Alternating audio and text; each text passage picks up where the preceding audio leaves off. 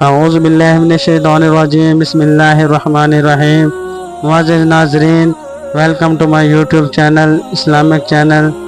چلتے ہیں معزز ناظرین ٹاپک کی طرف۔ علم لدنی ایک خاص روحانی علم ہے جو اللہ تعالیٰ کی طرف سے براہ راست عطا کیا جاتا ہے، اور اس کا تعلق تجرباتی یا کتابی علم سے نہیں ہوتا۔ یہ علم کسی استاد یا تعلیم سے حاصل نہیں کیا جا سکتا، بلکہ اللہ تعالیٰ کے فضل و کرم سے دل میں القاء ہوتا ہے۔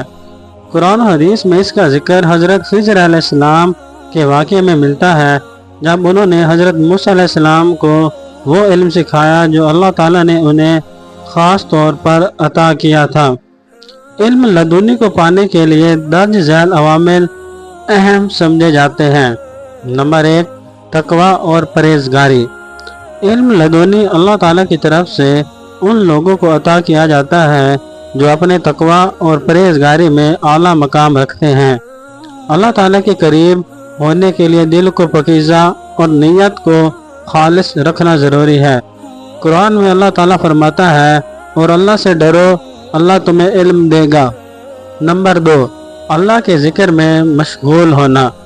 کثرت سے ذکر، عبادت اور اللہ تعالیٰ کی طرف رجوع کرنا دل کو روحانی طور پر پاکیزہ کرتا ہے، جس سے انسان اللہ تعالیٰ کی طرف سے ملنے والی ہدایات اور علم لدنی کے قابل ہو جاتا ہے۔ نمبر 3، اخلاص اور عاجزی۔ اللہ تعالیٰ کے نزدیک عاجزی اور انکساری کا ہونا بہت اہم ہے۔ علم لدنی کے لیے یہ ضروری ہے کہ بندہ اپنی حیثیت اور علم کو کم سمجھے اور اللہ تعالیٰ کے سامنے عاجزی اختیار کرے۔ اللہ تعالیٰ کی بارگاہ میں دل سے مانگی گئی دعاؤں کو اللہ تعالیٰ قبول فرماتا ہے۔ نمبر 4، خلوص نیت اور محبت الہی۔ علم لدنی کے حصول کے لیے اللہ تعالیٰ سے بے پناہ محبت اور خلوص نیت ضروری ہے۔ جب بندہ دل سے اللہ تعالیٰ کی محبت میں غرق ہوتا ہے تو اللہ تعالیٰ اس پر اپنے خاص علوم کا دروازہ کھول دیتا ہے۔ نمبر 5، روحانی مرشد کی صحبت۔ علم لدنی حاصل کرنے کے لیے کسی روحانی مرشد یا ولی اللہ کی صحبت بھی بہت مددگار ہوتی ہے، جو اپنے تجربات اور روحانی علم کے ذریعے رہنمائی کرتے ہیں۔ حضرت خضر علیہ السلام کی مثال اس چیز کو ظاہر کرتی ہے۔ نمبر 6، اللہ تعالیٰ کی طرف سے خاص انتخاب۔